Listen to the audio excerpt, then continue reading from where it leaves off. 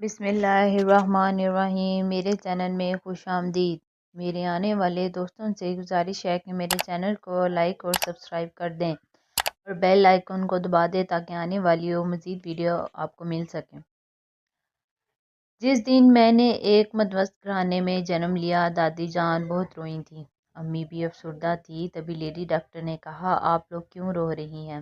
کیوں افسردہ ہیں؟ بیٹی کی پیدائش پر، جبکہ یہ 4 بھائیوں کے بعد پیدا ہوئی ہے۔ آپ کو تو خوش ہونا چاہیے۔ کیا بیٹی خدا کی رحمت نہیں ہوتی؟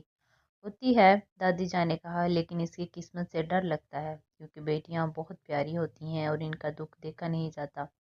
قسمت بھی وہی بناتا ہے جس نے پیدا کیا ہوتا ہے، اس کا شکر ہر حال میں ادا کرنا چاہیے۔ ڈاکٹر تو یہ کہہ کر چلی گئی، لیکن میرا گھرانہ تا دیر اس تعصب میں ڈوبا رہا کہ نہ جانے اس بچی کی کیسی قسمت ہوگی، زمانہ کیا سلوک کرے گا۔ جب میں بڑی ہو گئی تو ایک روز یہ ساری باتیں میری پھوپھی نے مجھے بتائی تھیں، جو میرے رشتے کی تلاش میں پریشان تھیں۔ ان کا اپنا کوئی بیٹا بیٹی نہ تھے، اب بے اولاد تھیں بیچاری، لیکن مجھے بہت پیار سے پالا تھا، اولاد کی طرح۔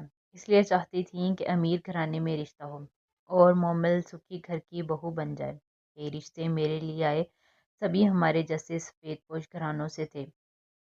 پھوپھی نے کسی رشتے کو قبول نہ کرنے دیا۔ کہتی تھیں، میری مومل اتنی خوبصورت ہے تو رشتہ بھی ایسے گھرانے میں ڈھونڈیں گے جہاں رانی بن کر رہے گی اور ملکہ بن کر راج کرے گی۔ اس آرزو میں انہوں نے ایک رشتہ کرانے والے کو کافی موٹی رقم دے کر امیر گھرانے کا رشتہ ڈھونڈ لانے کا کہہ دیا۔ وہ میرا کالج کا آخری دن تھا۔ تیز دھوپ میں بس اسٹاپ سے گھر کی طرف آتے ہوئے بدن پسینے سے نہا گیا اور چہرہ انگارے کی طرح سرخ ہو رہا تھا۔ آتے ہی میں نے کتابیں میز پر رکھیں اور پانی پینے کو کولر کی طرف گئی تھی کہ گول کمرے سے باتیں کرنے کی آوازیں سنائی دیں۔ قدم ٹھٹک گئے، نامنوس آوازیں تھیں، شاید کوئی مہمان تھے۔ تبھی امی آ گئیں، بیٹی میں تیرا ہی انتظار کر رہی تھی، جلدی سے ہاتھ منہ دھو لو اور کپڑے بدل کر آ جاؤ۔ امی کے حکم کی فوراً تعمیل کی اور جب کمرے میں پھپھو کے ساتھ دوا جنبی عورتوں کو بیٹھے دیکھا تو ماتھا ٹھٹک گیا۔ ایک عورت نے مجھے غور سے دیکھا، پھر پاس بلا کر پیار کیا۔ میں سمجھ گئی یہ میرے رشتہ دیکھنے آئی ہیں۔ کچھ دیر وہاں بیٹھ کر میں اپنے کمرے میں چلی آئی، مگر اجنبی خاتون کی آواز سنائی دے رہی تھی، ہم کو گھر بار نہیں دیکھنا ہے، ہمیں تو بس لڑکی پسند آ گئی ہے، بہت خوبصورت ہے۔ کمرے میں آ کر میں پلنگ پر دراز ہو گئی۔ یہ شادی کی بات کچھ اجنبی کی بات نہ تھی، سمجھدار لڑکی تھی اور میرے نزدیک شادی ایک ٹھوس حقیقت تھی جو ہونا ہی تھی۔ یہ تو ازل سے ہوتا آیا ہے، پھر شادی کے خیال سے گھبرانا کیا اور شرمانا کیا؟ یہ والدین کا ایک فرضیہ تھا جس کو انہوں نے ایک نہ ایک دن تو ادا کرنا تھا۔ مجھے کسی جگہ جا کر آباد ہونا ہی تھا اور زندگی کو ایک نئی ڈگر پر چلنا تھا۔ میں نارمل رہی، لیکن آج پھپھو کی خوشی دیدنی تھی۔ ان کی یہ آرزو پوری ہوتی نظر آ رہی تھی کہ ہماری بیٹی رانی امیر گھر کی بہو بنے اور راج کرے۔ جس روز یہ خبر سنی کہ شادی کا دن طے ہو گیا ہے، دل ذرا سا پریشان ہوا، یہ سوچ کر کہ جن گھر والوں کے ساتھ عمر کا طویل حصہ ہنستے کھیلتے گزارا، ان سے دور چلی جاؤں گی، اپنے پرائے بن جائیں گے۔ وہ دن بھی آ گیا جب والد صاحب نے سادہ طریقے سے میری شادی کر دی۔ سکھیوں کے سنگ چند قدم چل کر ڈولی میں بیٹھی اور پیا سنگ ان کے گھر آ گئی۔ زیور نہ جہیز یہی طے ہوا تھا۔ جب والد نے سر پر ہاتھ رکھ کر وداع کیا اور ماں نے بھیگی آنکھوں سے دیکھا تو اس لمحے جی بھر آیا۔ پہلی بار یہ احساس بجلی بن کر گوندا، نہ جانے میں کہاں جا رہی ہوں، کیسے لوگ ہوں گے وہاں، کیسی گزرے گی زندگی، آنسو مال میں جذب کر لیے۔ میں رو رہی تھی اپنے مستقبل کا سوچ کر۔ نئی نویلی دلہن کے کچھ ارمان ہوتے ہیں، لیکن حاکم کی دلہن کیا بنی، ہر ارمان کھو بیٹھی۔ میں ایک حقیقت پسند لڑکی تھی اور فضول قسم کے رسم و رواج سے حجت نہ تھی، لیکن یہ تو میرا حق تھا کہ دولہا میرا استقبال کرے، وہ سہاگ رات بھی متعلق نہ بولے۔ میکے سے واپس پر اگلی راتوں کا بھی یہی سر درد دیکھ کر میں اداس ہو گئی۔ کیا میں زبردستی ان کے پہلے باندھ دی گئی ہوں، جو یہ مجھے مصیبت سمجھ بیٹھے ہیں اور بادل ناخواستہ جھیل رہے ہیں؟ سوچ کر پریشان تھی۔ طبیعت پریشان رہنے کی وجہ سے صحت پر اثر پڑنے لگا، حتیٰ کہ بخار ہو گیا۔ بخار کیا ہوا کہ لوگ مجھ سے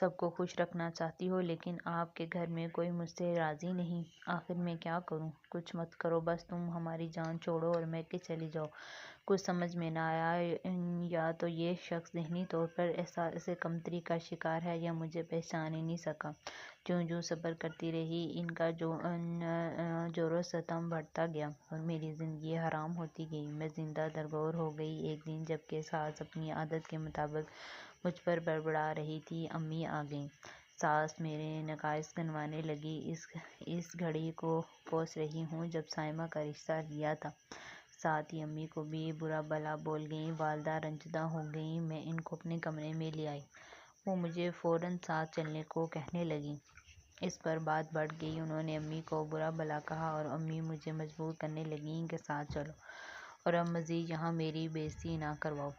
ہماری ساس نے کہا، چلو چلو دونوں ہی اس گھر سے نکلو۔ تب میں برداشت نہ کر سکی اور والدہ کا ہاتھ پکڑ کر چلی آئی۔ اب بات چھپی نہ رہی۔ والد اور بھائیوں کو پتہ چلا، وہ غصے میں آ گئے اور لوگوں پر تلملانے لگے۔ والدہ کی اتنی توہین کون برداشت کرتا ہے، لیکن میں نے کسی طرح کے جھگڑے سے روکے رکھا۔ امید تھی حاکم مجھے کسی روز لینے آ جائیں گے، لیکن ایسا نہ ہوا، بلکہ انہوں نے خط بھیجا کہ تم میرے گھر سے رقم اور زیور چوری کر کے لے گئی ہو۔ خط پڑھ کر والد آگ بگولا ہو گئے۔ بھائی تو تصادم پر آمادہ تھے، لیکن میں نے ہاتھ جوڑ کر ان کو روک دیا۔ اب ہم دونوں گھروں میں مقدمے بازی ہو گئی۔ اب اپنے والدین کی پریشانی دیکھ کر مر جاتی۔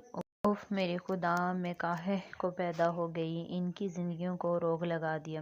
کاش پیدا نہ ہوتی، میری جگہ پانچواں بھی بھائی پیدا ہوتا۔ مقدمہ کافی عرصہ چلتا رہا۔ نتیجہ یہ کہ گھر پر غریبی اور اداسی چھا گئی۔ شریف لوگوں نے اس مقدمے میں والد صاحب کی مدد کی اور الزام غلط ثابت ہو گیا۔ الٹا حاکم پر ہرجانہ ہوا اور عدالت کے ذریعے مقدمے کا خرچہ بھی اس کو دینا پڑا۔ والد صاحب نے تنسیخ کا دعویٰ کر دیا۔ میرا اب وہاں جانا ممکن نہ تھا۔ حاکم نے انتقاماً مجھے لڑکایا ہوا تھا۔ مالی حالات اور کمزور ہو گئے تو میں نے ملازمت کی ٹھان لی۔ اس دور میں ملازمت بڑی ٹیڑھی کیل تھی۔ کئی جگہ درخواستیں دیں۔ انٹرویو دینے جاتی تو لگتا تھا کہ کچھ کی نگاہیں تو میرے سراپے کا ایکس رے کر رہی ہیں۔ گھبرا کر چلی آتی۔ گھر سے باہر نکلی کب تھی۔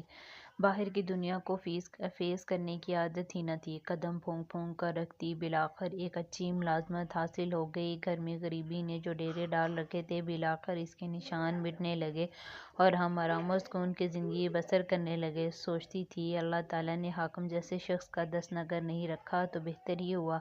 اس روز میں اپنے دفتری اوقات میں کام میں مشغول تھی، وہ وہاں آ گیا۔ شرمندہ و نجل کھڑا تھا۔ سائمہ، ملازمت چھوڑ دو۔ لوگ میرا مذاق بناتے ہیں۔ میری بے عزتی مت کرواؤ پلیز۔ وہ لجاجت سے بولا۔ اس روز دنیا کا خیال نہ آیا جب مجھے عدالت میں کھینچا تھا۔ مجھے پر چوری کا الزام لگایا تھا۔ مجھے زمانے میں تماشا بنا کر رکھ دیا۔ اس روز تم کو لحاظ نہ آیا جب میرے خلاف اپنی والدہ اور بہنوں سے گواہیاں لیں۔ میں کوئی بھیک نہیں مانگ رہی۔ میں تو ایک باعزت ملازمت کر رہی ہوں۔ سر بازار ناچ تو نہیں رہی۔ آج تم کسی تعلق سے حق لینے آ گئے ہو۔ میں خود تمہارے گھر سے نکلی۔ مجھے اور میری ماں کو نکالا گیا اور تم مجھے لینے بھی نہ آئے، بلکہ عدالت میں میری تبلیغ کروائی۔ مجھے معاف کر دو سائمہ، حالات بھی اتنے قابو سے باہر نہیں ہوئے۔ تنسیخ کا مقدمہ والد سے کہو واپس لے لیں۔ حاکم نے گڑ گڑا کر کہا۔ میں یہی چاہتی تھی کہ وہ اپنے مقام کو پہچان لے۔ اسے اپنے سامنے گڑ گڑاتے دیکھ کر میرا دل ٹھنڈا ہو گیا۔ سکون کا سانس آیا۔ میرے انتقام کی بس اتنی سی ہی طلب تھی۔ سب لوگ اب تم کو یاد کرتے ہیں۔ میں تباہ ہو کر رہ گیا ہوں۔ کیا تم ہمیں معاف نہیں کر سکتی؟ نہیں حاکم، اب تو عدالت ہی فیصلہ کرے گی، میں نے سختی سے جواب دیا۔ بالآخر وہ چلا گیا۔ عدالت نے میرے حق میں فیصلہ دیا تو یہ سلسلہ بھی ختم ہو گیا۔ والدین نے سکھ کا سانس لیا۔ میں بظاہر بڑی کامیاب اور مطمئن زندگی گزار رہی ہوں۔ سکون اور قرار پھر بھی نہیں ہے۔ نہ جانے سکون و قرار کہاں ملے گا، کب ملے گا۔ آج پتہ چلا کہ دادی کیوں میری پیدائش پر روئی تھیں اور امی کیوں افسردہ ہوئی تھیں۔ مگر پھپھو سے ایک ہی سوال ہے، اپنے سے اونچے لوگوں میں میری شادی کرا کے کیا خوشی اور سکون مل گیا؟ خیر یہ اچھا نہ تھا کہ میں اپنے برابر کے لوگوں میں رشتہ ہو جاتا، لیکن خوشی اور سکون مل جاتا؟ یہی ایک سوال میرے جی کو پریشان رکھتا ہے، جس کی وجہ سے میں خود ایک سوال بن گئی ہوں۔ بہت بہت شکریہ۔